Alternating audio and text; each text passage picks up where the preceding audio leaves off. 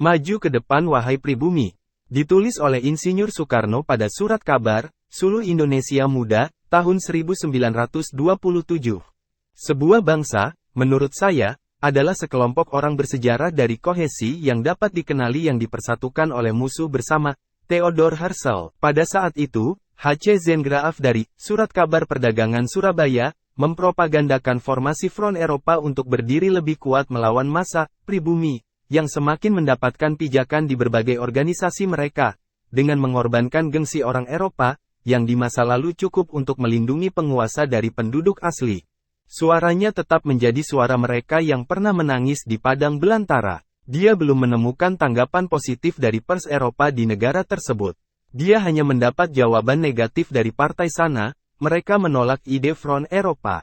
Kita bisa menjelaskan sikap pers dengan dua cara. Bisa dibilang orang Eropa memang ingin berjuang untuk persaudaraan, saling menghargai antara pribumi dan Eropa.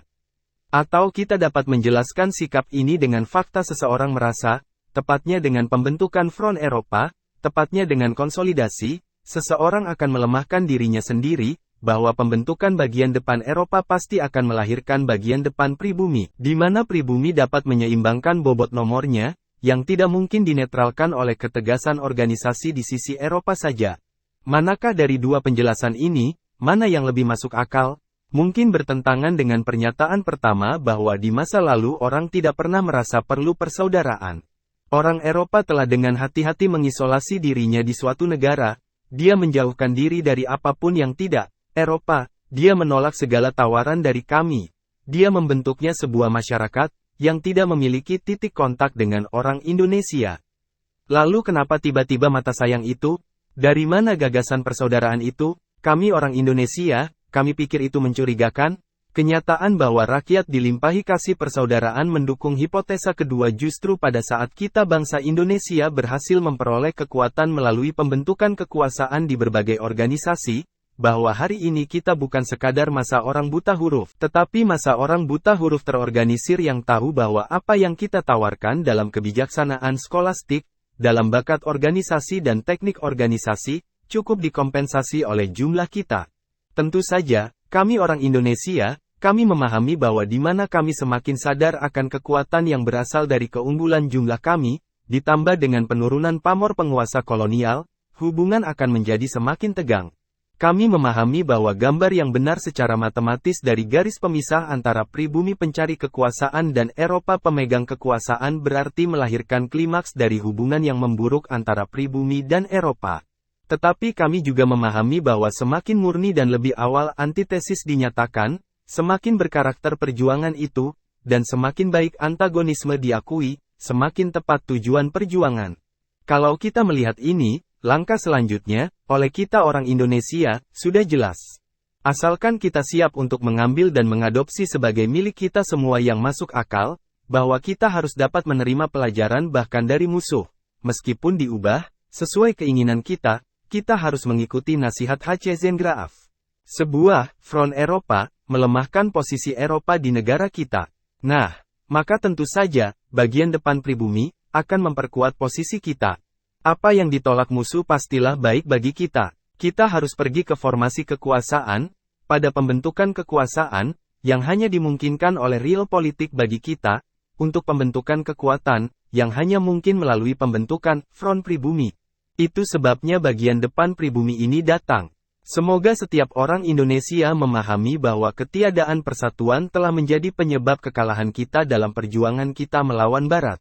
Semoga dia belajar dari sejarah kemunduran nasional kita, dari pertengkaran istana di antara orang-orang Mangkurat, atau dari pertempuran selama Mangkubumi dan Mas Said, di mana tidak ada orang Indonesia tetapi hanya orang Belanda kolonial yang muncul sebagai pemenang. Orang asing mungkin tidak harus berurusan dengan ribuan penduduk asli, dia tidak boleh bersaing dengan jutaan pribumi, yang ada di hadapannya hanyalah rakyat Indonesia yang tak terpisahkan. Hampir merupakan bangsa Indonesia yang tak terpisahkan. Bagaimana ini mungkin, di mana kenyataannya orang-orang terpecah menjadi begitu banyak organisasi? Bagaimana, di mana organisasi-organisasi itu semua memiliki ideologinya sendiri, masing-masing mengikuti metode perjuangannya sendiri? Pertama-tama, berhati-hatilah untuk tidak bersusah payah untuk menyatukan berbagai pihak. Mereka yakin akan ketidakmungkinan mengikat rakyat yang terdiri dari 50 juta jiwa, yang hidup dalam struktur sosial dari banyak strata, dalam balutan satu organisasi, yang, jika mungkin, akan mencap Indonesia dengan stempel gagasan dan kemiskinan mental, yang mengecualikan keberadaan yang bebas dan mandiri, akibatnya bertahun-tahun kemudian akan dikutuk untuk memikul kuk perbudakan hingga hari terakhir. Dan itulah mengapa federasi adalah slogan kami. Federasi, yang harus menjaga keutuhan kepribadian, individualitas, karakter pihak-pihak yang berafiliasi. Dan ikatan, yang sangat diperlukan untuk mengikat pihak bersama, adalah ikatan yang sangat longgar. Dia tidak membatasi ikatannya, sehingga dia bisa memberikan jaminan yang cukup untuk bertahan lama. Dia seperti ikatan longgar yang menyatukan unsur-unsur kerajaan Inggris. Dia membaca, untuk bersikap tegas. Persetujuan yang akan dicapai oleh para pihak Indonesia dengan demikian tidak dapat menjadi suatu persetujuan prinsip. Kesepakatan pada prinsipnya berarti tunduknya para afiliasi pada disiplin yang berprinsip. Itu tentu berarti pengorbanan pihak-pihak yang berafiliasi pada kemerdekaan dan kebebasan bergerak. Dan liga tanpa disiplin berprinsip, tanpa mengorbankan kebebasan, tanpa mengorbankan kemerdekaan pihak-pihak yang berafiliasi demi kepentingan liga itu sendiri, liga semacam itu bisa dibayangkan. Ya, persatuan seperti itu dimungkinkan jika seseorang ingin puas dengan kerjasama yang tidak disengaja, kerjasama hanya jika para anggota dengan suara bulat merasakan urgensinya. Kolaborasi misalnya berkaitan dengan pemenuhan hak, kerjasama dalam hal sanksi pidana, kerjasama dalam penangkapan massal atau tugas selangit, kerjasama mengenai para martir pelajar kita di Belanda. Kita orang Indonesia, kita seharusnya malu bahwa berkali-kali serangan kita terhadap sanksi poin nol atau modal gula telah berhasil dipukul mundur. Kita seharusnya malu bahwa setelah laporan pertama penggerebekan atau penangkapan pelajar, tidak ada satupun kami mengemasi tas kami untuk mempelajari lebih banyak detail langsung, bahwa kita belum dapat memberikan unsur kekuatan pada gerakan kita. Semoga dengan demikian, permufakatan partai-partai politik Indonesia segera lahir. Menyadari tugas kita yang sulit, untuk membentuk bangsa yang tak terpisahkan, untuk menciptakan komunitas independen yang berdaulat bebas, bahwa kita mencari kekuatan satu sama lain. Semoga kita segera menyatukan rantai besi bagian depan pribumi. Kami adalah satu.